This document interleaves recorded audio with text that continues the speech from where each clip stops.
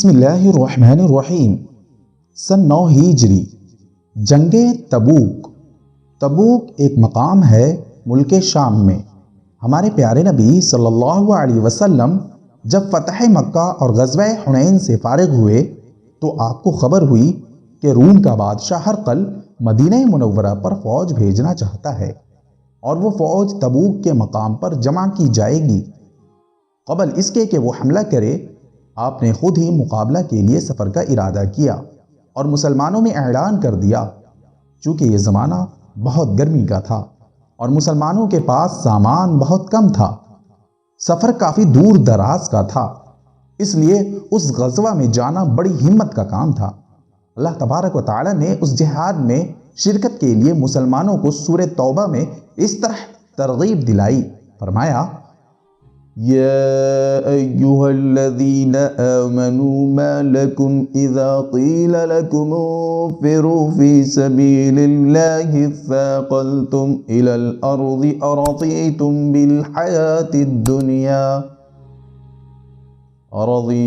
بالحياة الدنيا من الآخرة فما متاع الحياة الدنيا في الآخرة إلا قليل۔ سورہ توبہ پارہ 11 اور آیت 37۔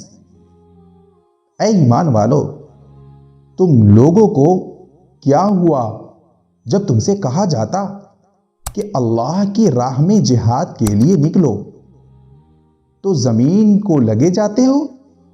کیا تم نے آخرت کی عوض دنیاوی زندگی پر قناعت کر لی؟ سو دنیا کی زندگی کا سامان آخرت کے مقابلہ میں بہت تھوڑا سا ہے۔ ترغیب دلانے کے لیے اللہ تبارک و تعالی نے اور بھی کئی آیات اس کے آگے بیان فرمائی ہے۔ ہم نے یہاں صرف ایک آیات آپ کو سنایا۔ جب آپ کلام مجید خود پڑھیں گے تو انشاءاللہ تبارک و تعالی سب خود سمجھ میں آ جائے گی آپ کو۔ اسی جہاد میں شرکت کے لیے مسلمانوں کو جوش دلاتے ہوئے اللہ تبارک و تعالی فرماتے ہیں انفروا خفافا وثقالا وجاهدوا بأموالكم وأنفسكم في سبيل الله ذلكم خير لكم إن كنتم تعلمون۔ سورہ توبہ پارہ 10 آیت 41۔ نکل پڑو، خواہ تھوڑے سامان سے ہو خواہ زیادہ سامان سے، اور اللہ کی راہ میں اپنے مال اور جان سے جہاد کرو، یہ تمہارے لیے بہتر ہے۔ اگر تم یقین رکھتے ہو تو دیر مت کرو۔ جو منافق تھے اور سچے مسلمان نہ ہوئے تھے، وہ اتنی دور جہاد میں جانے سے بہانے کرنے لگے اور رخصت مانگنے لگے تو اللہ تبارک و تعالی نے ان کی پول کھول دی اور اسی سورہ میں اس طرح فرمایا لو كان عرضا قريبا وسفرا قاصدا لاتبعوك ولكن بعدت عليهم الشقة وسيحلفون بالله لو استطعنا لخرجنا معكم يهلكون أنفسهم واللہ یعلم انہم لکاذبون۔ سورہ توبہ پارہ 10 اور آیت 42۔ اگر کچھ ہاتھ لگتے مال ملنے والا ہوتا اور سفر بھی معمولی ہوتا تو یہ منافق ضرور آپ صلی اللہ علیہ وسلم کے ساتھ ہو لیتے، لیکن ان کو تو مسافت ہی دور دراز معلوم ہونے لگی اور اپنی خدا کی قسمیں کھا جائیں گے، اگر ہمارے بس کی بات ہوتی تو تمہارے ساتھ چلتے۔ یہ لوگ جھوٹ بول کر اپنے آپ کو تباہ کر رہے ہیں اور اللہ جانتا ہے یہ لوگ یقیناً جھوٹے ہیں۔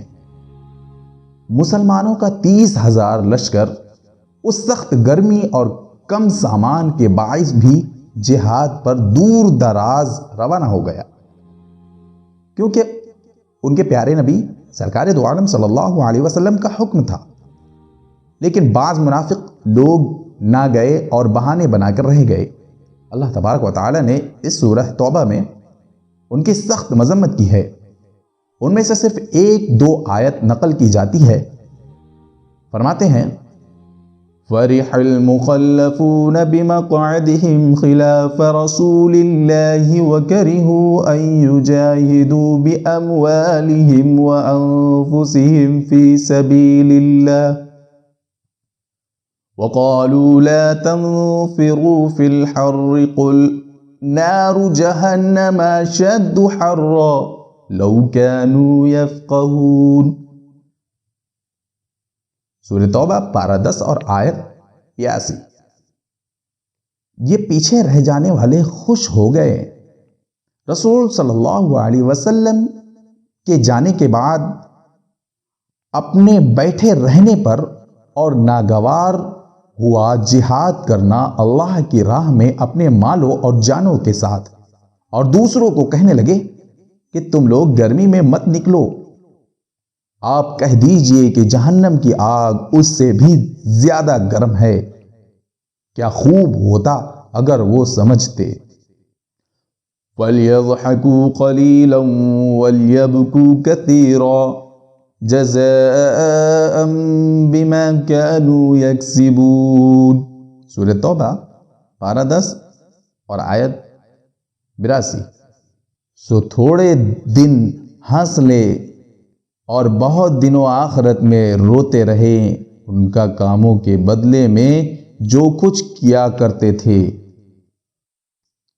چونکہ تبوک کا قصہ ہمیں سکھاتا ہے کہ جب کافروں کے مقابلہ میں مسلمانوں کو جہاد کے لیے بلایا جائے تو ہم سب کو بلا خوف و خطر اس میں شامل ہونا چاہیے، خواہ جہاد کے لیے دور جانا ہو، موسم کتنا ہی گرم ہو یا سرد، مال ہو یا نہ ہو، ہم سچے مسلمان تبھی بن سکتے ہیں۔ اللہ تبارک و تعالی ہم سب کو ایسا ہی مسلمان بنائے، آمین۔